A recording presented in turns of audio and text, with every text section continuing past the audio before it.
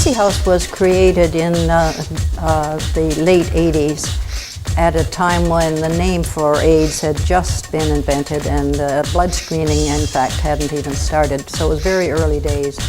And what seemed to be happening, besides this strange disease that was fatal in months, was that it happened only to gay men.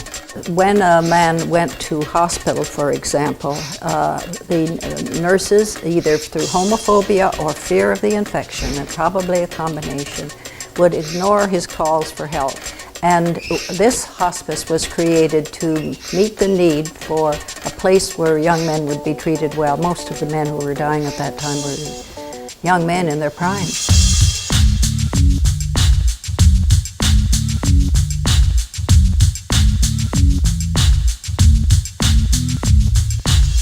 Paul graduated from New York University with his master's degree in photography and film.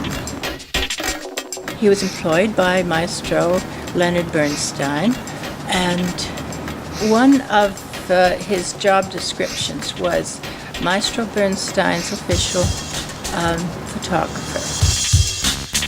When he was taking those pictures, he would be carrying on a conversation with Leonard. Leonard would be carrying on a conversation with,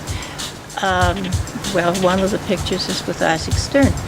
And Paul would ask them questions, and questions that Leonard would enjoy talking about.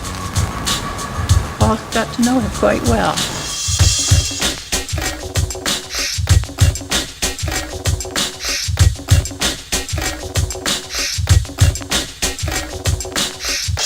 It doesn't matter to us how you got this disease.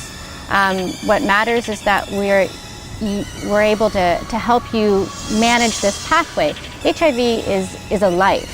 It's not a chosen life, but once you have that diagnosis, your life is completely consumed by it.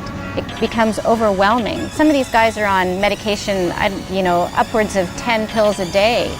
And I couldn't follow a course of antibiotics for a week, and these guys are having to take these medications every day for the rest of their lives.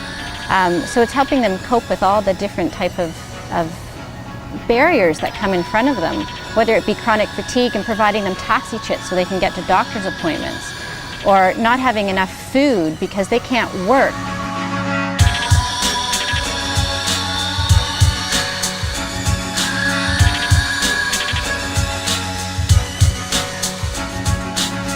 Giving was something I had to learn. I didn't give for decades. I learned to give, and I then learned to give in my own community. A lot of that was through seeing that the gifts or what I'd given to outside my community, I didn't know where the money was going. I have no idea where it's going, but when I give to my local community, I know exactly where it's going.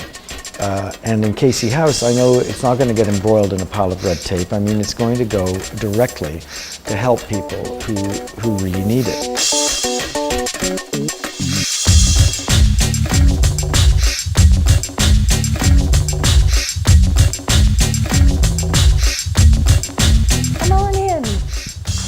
So this is the massage room. This is where your donated money goes.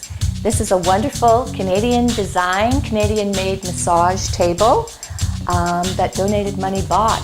So all this program, massage and aromatherapy, and the whole CAM program, complementary and alternative medicine, which is the integrated approach that we have at Casey House, is all funded through fundraising money. And we've actually seen people, a few months later, put on their business suits and go back into the world as functioning people in their lives again. So it's pretty exciting to see that kind of transformation with people.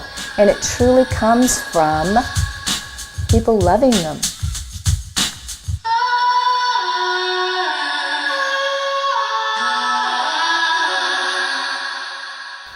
Casey House provides the services to its clients from everything from home nursing care weekly or bi-weekly to give us our needles and keep up with the way we are feeling. They help book appointments and can arrange for tests usually quicker than we can. They offer in-home services at the hospice where you can come in for as long as your illness is and they can treat you for that.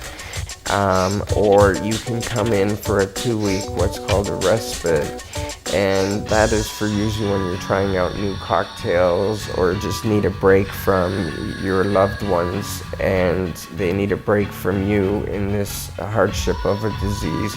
And Casey House puts in the supports in place not only for the individual who is suffering from this illness, but for loved ones also. And I think that's very important because the more they know, the less they fear.